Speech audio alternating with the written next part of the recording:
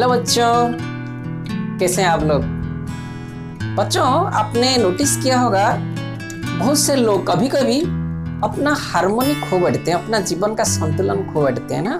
हम भी कभी कभी खो बैठते हैं, आप भी कभी कभी खो बैठते हो। आपने देखा होगा कभी एग्जाम में बैठे हो, देखे कुछ नहीं आया, एक आया वो भी क्वेश्चन आपको समझ आती है लेकिन आधा समझ आती है और दूसरा नहीं आता है, क्या करूं तो आप घबरा जाते हो ना। तो वहाँ आपका इक्विलिब्रियम लॉस होता है, हार्मोनी लॉस हो जाता है ना। बच्चों, ये हार्मोनी जिंदगी में लॉस नहीं होना चाहिए, आपको हार्मोनी को लॉस करना ही नहीं चाहिए। अगर you have to maintain your harmony throughout your life, so you have to confident upon yourself, आपको अपने पर विश्वास रखना चाहिए ना। अगर आपने हार्मोनी जिंदगी भर मेंटेन कर पाया तो आपको सक्सेस भी अच्छी तरह मिलेगा। इसी बात से हम शुरू करते हैं आज का नया चैप्टर, केमिकल इक्विलिब्रियम। ठीक है बच्चे, केमिकल इक्विलिब्रियम।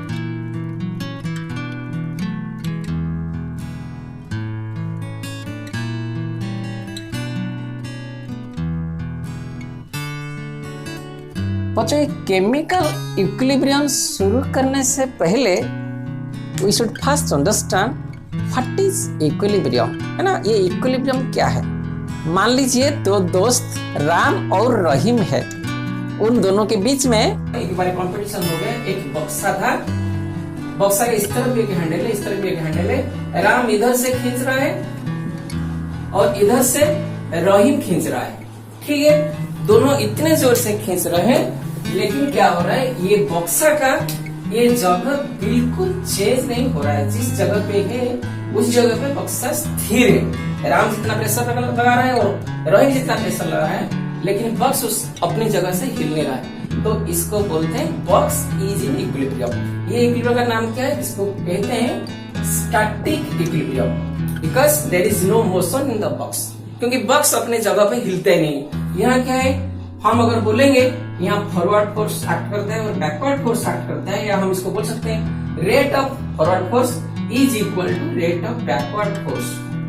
तो हम इसको बोलते हैं स्टैटिक इक्विलिब्रियम। क्यों स्टैटिक इक्विलिब्रियम बोलते हैं, क्योंकि इधर ये बक्सा बिल्कुल अपनी जगह से हिलता नहीं है। ठीक है, तो इक्विलिब्रियम क्या हो गया, दोनों तरफ फोर्स अप्लाई हो रहा है लेकिन उसका जगह नहीं चेंज हो रहा है। एक दूसरे तरह के इक्विलिब्रियम के बारे में डिस्कस कर रहे हैं। मान लीजिए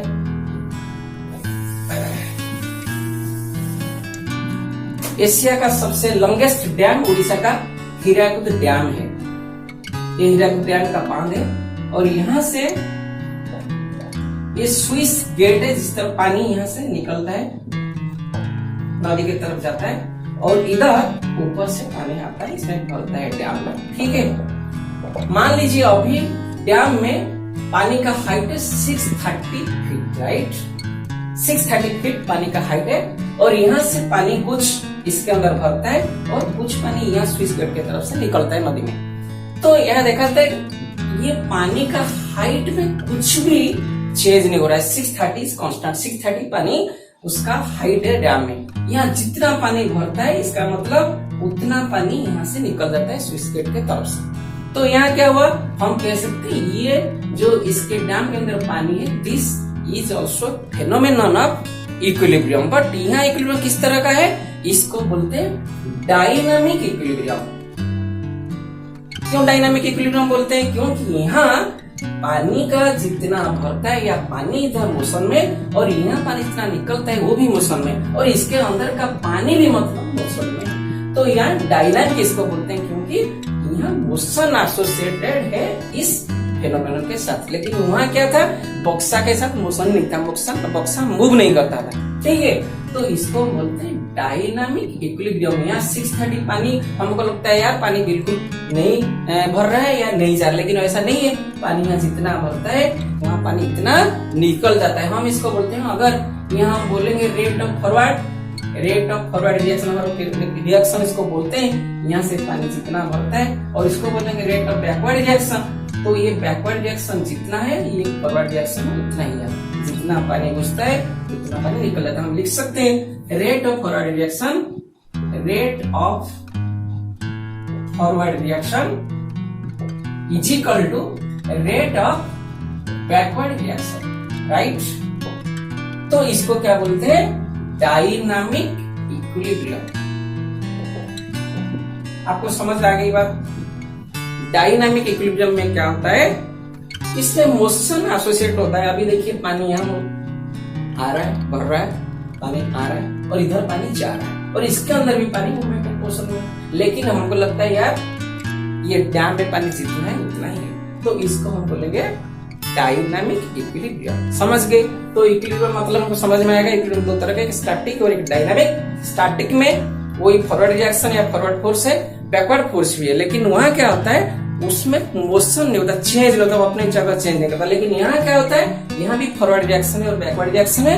यहाँ पानी बढ़ता है जितना है उतना पानी निकलता है, हमेशा निकलता है और हमेशा ही बढ़ता है, लेकिन इसका पानी का हाइट उतना है, इसमें पानी का मोशन है, तो इसको बोलते हैं डायनामिक इक्विलिब्रियम। राइट। और अभी हम शुरू करेंगे केमिकल इक्विलिब्रियम। सो केमिकल इक्विलिब्रियम डिस्कस करने से पहले वी शुड नो रिएक्शन के बारे में। दो तरह के रिएक्शन डिस्कस करेंगे, एक है इरिवर्सिबल रिएक्शन, दूसरा रिवर्सिबल रिएक्शन। इरिवर्सिबल रिएक्शन, दूसरा है reversible reaction. Right. Irreversible reaction क्या है, आप क्या करना, एक गरम दूध एक पतीला में ले आना, कुछ गरम दूध ले आना और उसमें थोड़ा सा क्या करना, एक नींबू निचोड़ देना है। यहाँ मान लीजिए हॉट मिल्क है, इसमें आप थोड़ा सा नींबू लेमन उसको निचोड़ देना। आप देखना तुरंत ही क्या हो जाएगा, ये जो दूध है वो प्रेसिपिटेट हो जाएगा। इसका मतलब हम लिख सकते हैं हॉट मिल्क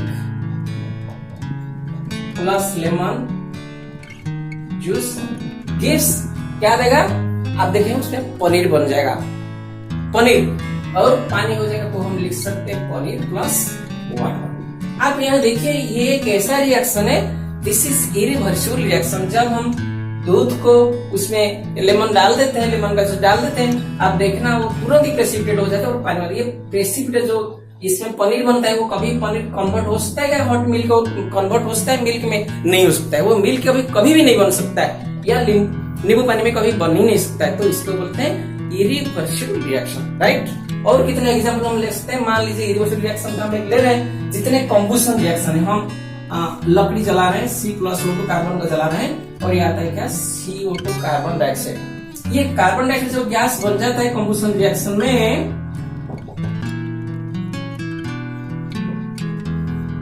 ये CO2 बनने के बाद कभी ये कार्बन ऑक्सीजन में बन सकता है क्या दोबारा, कभी भी नहीं बन सकता है। बन सकता है, नहीं बन सकता है, इसलिए इसको क्या कहते हैं, इरिवर्सिबल रिएक्शन। राइट। और दूसरा बात डिस्कस करेंगे, मान लीजिए हम जैसे हम यहाँ पहले प्रेसिपिटेशन रिएक्शन करते थे, बहुत फेमस रिएक्शन है, आपको पता है ये क्या है, AgNO3 plus NaCl, what happens, AgCl plus NaNO3, ये AgCl क्या है, प्रेसिपिटेट हो जाता है।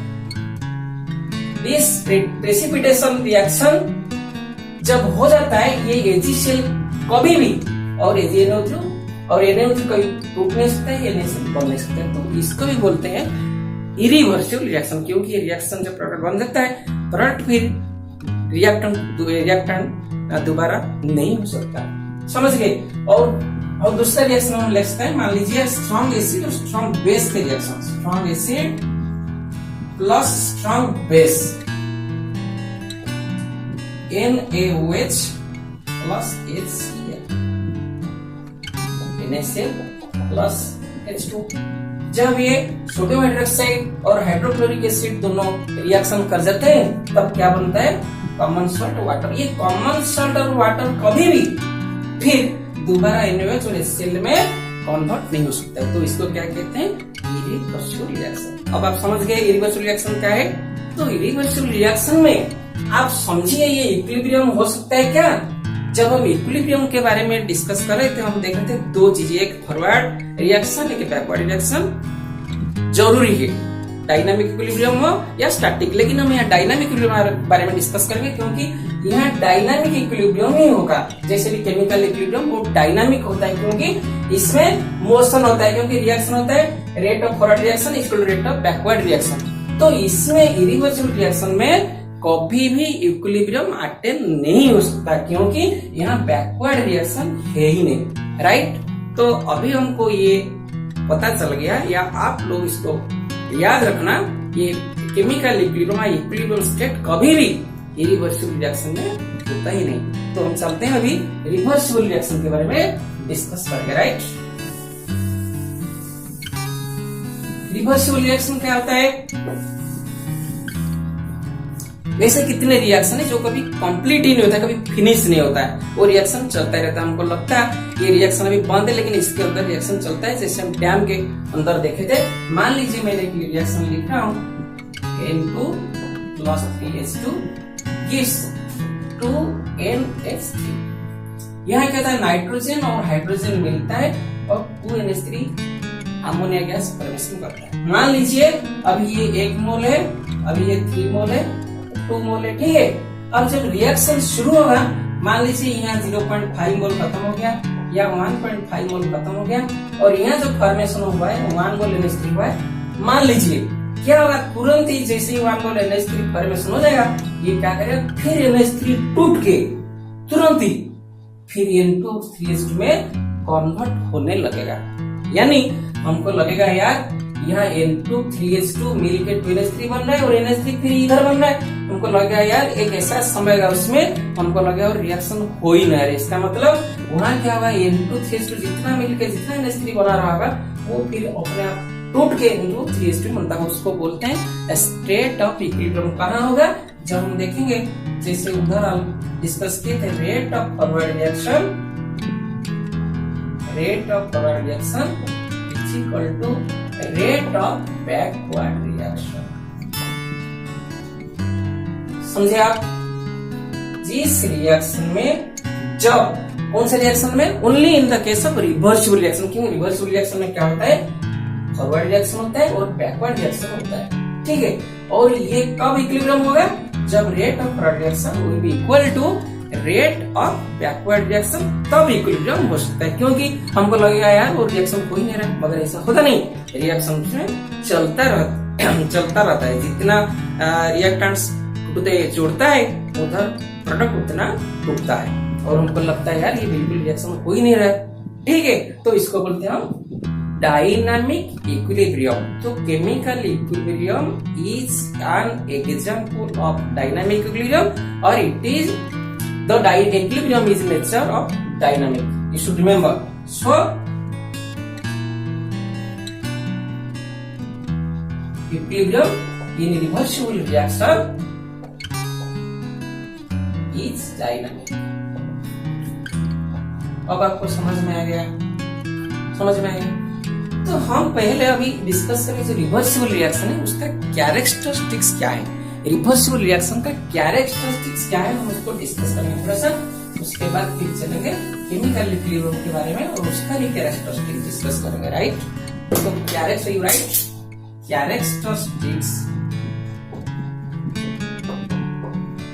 ऑफ रिवर्सिबल रिएक्शन क्या चीज है? Reversible reaction can only happen in a closed vessel if any one of the reactant is in the or product is in the gaseous state. क्या है? हम लिखेंगे it is only occur in closed vessel. ऐसे मान लीजिए कोई example लेते हैं, NH2 plus 3H2 NH3। तो यहाँ तो ये सारे गैस है। अगर गैस को हम ओपन सिस्टम में लेते हैं, जैसे N2 3H2 मिलेगा तो गैस NH3 फॉर्मेशन ऊपर चला जाएगा, तो फिर कैसे NH3 टूट के N2H2 बनेगा? तो बन ही नहीं सकता है।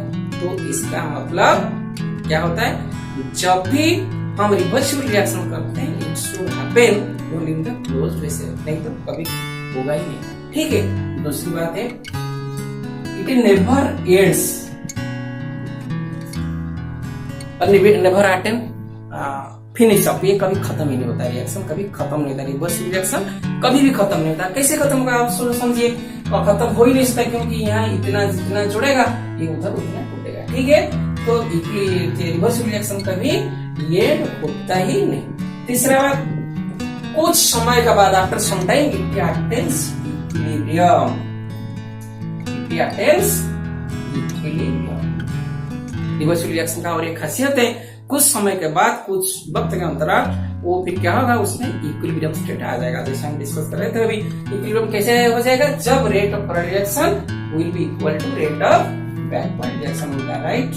Rate of forward reaction is equal to rate of backward reaction. अगर यहाँ जितना बनेगा प्रोडक्ट ही टूट के, उतना ही क्या बन जाएगा, रिएक्टेंट बन जाएगा। तो उसको बोलते हैं इट अटेन्स इक्विलिब्रियम। कौन, रिवर्सिबल रिएक्शन। चौथी बात है, ये जो इक्विलिब्रियम अटेन होता है, ये किसके पर डिपेंड करता है, किस तरफ जाएगा और कितना फास्ट होगा, कहां जाएगा। अगर मान लीजिए रिएक्शन है और इधर कॉन्सेंट्रेशन बहुत ज्यादा है, किसका रिएक्टेंट का, इसका कॉन्सेंट्रेशन बहुत ज्यादा है, इसका बहुत ज्यादा, तो ये क्या होगा, तुरंत ही आगे निकल जाएगा, ठीक है ना। तो रिवर्सिबल रिएक्शन और फॉरवर्ड रेट ऑफ प्रोडक्शन किसके पर डिपेंड करता है, रिवर्सिबल रिएक्शन में कॉन्सेंट्रेशन ऑफ रिएक्टेंट्स, ठीक है। ये सारा हो गया किसका ना, कैरेक्टरिस्टिक्स ऑफ रिवर्सिबल रिएक्शन। अब हम डिस्कस करेंगे characteristics of chemical equilibrium, right. हमने केमिकल इक्विलिब्रियम के बारे में अभी आपको बताया, आप समझ गए होंगे। अब characteristics of chemical equilibrium,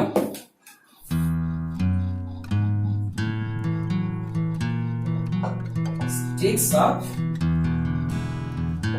chemical equilibrium. Characteristics equilibrium क्या है, हमने पहले बताया था। ये जो इक्विलिब्रियम होता है, it can occur from either side of the reaction. ये जो रिएक्शन होता है, मान लीजिए एक रिएक्शन है A+B, इट गिव्स C+D। ये जो रिएक्शन अगर हम इक्विलिब्रियम लेंगे, it proceeds from either sides.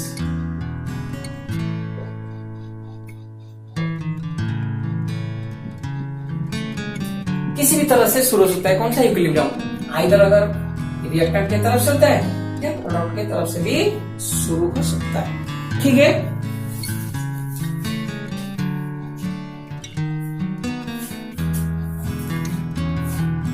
दूसरी पॉइंट है constituency in properties.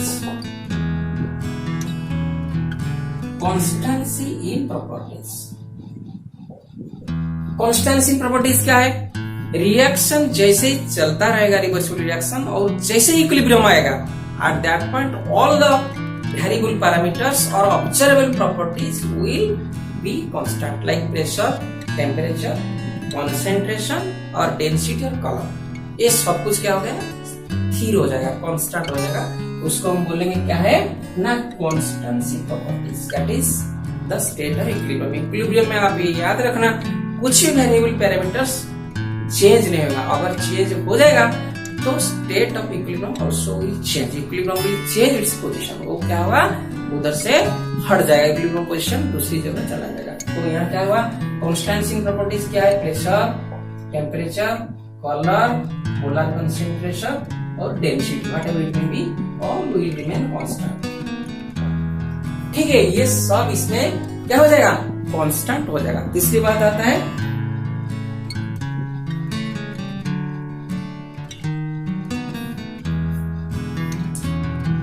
It is dynamic in nature.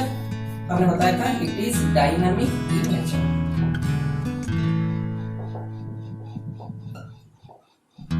ये हमने आपको बता चुका है क्यों डायनामिक इन नेचर, क्योंकि ये लगता है हमको रिएक्शन होता ही नहीं, लेकिन रिएक्शन इसके अंदर चलता है। फॉरवर्ड रिएक्शन है और बैकवर्ड रिएक्शन भी होता रहता है, हमको दिखता नहीं है, लेकिन ये होता है। तो वहां मोशन है, फॉरवर्ड मोशन है, बैकवर्ड मोशन है, तो इसको बोलते हैं that is dynamic in nature.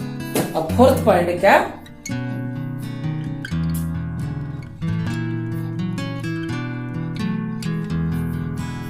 the equilibrium can happen only in the closed vessel, only in the closed vessel। हमने आपको पहले ही बताया था रिवर्सिबल रिएक्शन सिर्फ क्लोज्ड वेसल में होता है, क्योंकि अगर कोई गैसियस कंपोनेंट्स होगा तो निकल जाएगा ना। तो जैसे ही इक्विलिब्रियम सिर्फ रिवर्सिबल रिएक्शन में होता है, तो तो इक्विलिब्रियम भी सिर्फ क्लोज्ड वेसल में ही अटेन होगा और ओपन वेसल में अटेन होने का सवाल ही नहीं पैदा होता है। दूसरी बात, it does not have any impact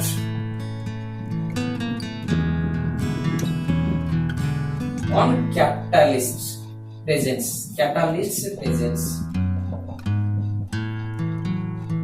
अगर उसमें हमने कुछ कैटलिस्ट डाल दिया तो कैटलिस्ट की इक्विलिब्रियम को कुछ इफेक्ट नहीं करेगा। क्यों नहीं करेगा? कैटलिस्ट का मतलब क्या है? कैटलिस्ट क्या करता है? It enhances the rate of reaction को बढ़ा देता है। क्यों फिर परिवर्तन नहीं करेगा? क्योंकि rate of reaction forward direction में जितना बढ़ाएगा बैकवर्ड डायरेक्शन में उतना ही बढ़ाएगा। उसको मैं आपको समझाने के लिए एक छोटा सा एग्जाम्पल ले रहा हूँ। मान लो आपका पड़ोसी का घर बिल्कुल आपके घर को लगा हुआ है। जब आप पड़ोसी के घर जाते हो तो आप बाहर से जाते हो, अपने ड्राइंग रूम से हो तो या बाहर जाते हो, फिर उसके घर घुसते हो। लेकिन आपने सोचा यार बार बार जाना पड़ता है, इस काम करते। अब अपने बीच में के दीवार में एक छोटा सा विंडो रख लेते हैं, जबकि मैं आपको एक चीज हटा दे दूंगा, आप दे दोगे। तो यहाँ विंडो एक्ट किया हुआ आज ही कैटलिस्ट। मान लीजिए इसका ये आपका घर है, ये दूसरा आपका पड़ोस के घर, ये आपका घर है, योर होम, ये नेबर का होम। आप यहाँ से जाते हो, फिर उसको एक चीज सामान देगा तो फिर वो आता है, फिर आपको सामान देगा है, तो ये टाइम लगता है। आपने सोचा नहीं मैं यहाँ एक थोड़ा छोटा सा विंडो रख दूं ताकि मैं आपको यहाँ से उनको उसको दे सकता हूँ कोई भी सामान, वो भी मेरे को जल्दी दे सकता है। आप देखिए क्या होता है, ये जो सामान तो गया इधर से आता था और इधर से आता था, और क्या हुआ सामान इधर से गया और इधर से गया, तो टाइम क्या हो गया? बच गया। यहाँ रेट ऑफ रिएक्शन जितना देरी से होता था अब यहाँ क्या फास्ट हो गया। लेकिन इक्विलिब्रियम ठीक है। अब इसका मतलब अगर हम कैटलिस्ट डालेंगे तो इक्विलिब्रियम का पोजीशन के ऊपर कोई फर्क नहीं पड़ेगा।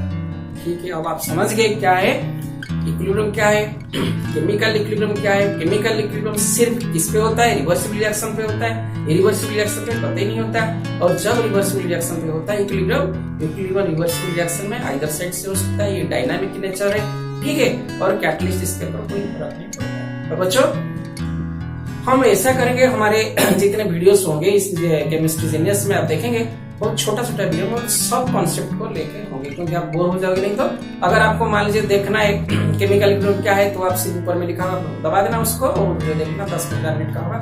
उसके बाद फिर हम डिस्कस करेंगे लॉ ऑफ मास एक्शन, वैसे ही वीडियो के ऊपर लिखा हुआ लॉ ऑफ मास एक्शन, आप उसको भी दबा देना, वो 10-15 मिनट का होगा, आप देख लेंगे। तो जो कॉन्सेप्ट आपको समझ में है उसको वीडियो को आप 1-2 बार देख लेना और नोट भी कर लेना, क्योंकि बहुत आसान सा नोट है, हम बहुत खूब कम लिखते हैं। और तीसरी बात है, ये जो हम पढ़ाएंगे जहां केमिस्ट्री न्यूमेरिकल्स आएंगे, आप ध्यान रखना केमिस्ट्री न्यूमेरिकल्स को एक सिंपल वे में मैं आपको कैसे बताऊंगा, जो आप देखेंगे यार इतना आसानी है वो आगे जाके हम बताएंगे। जैसे अभी आएगा हमारा लॉ ऑफ मास एक्शन, आप देखोगे कैसे उसमें हम केमिस्ट्री न्यूमेरिकल्स करते हैं।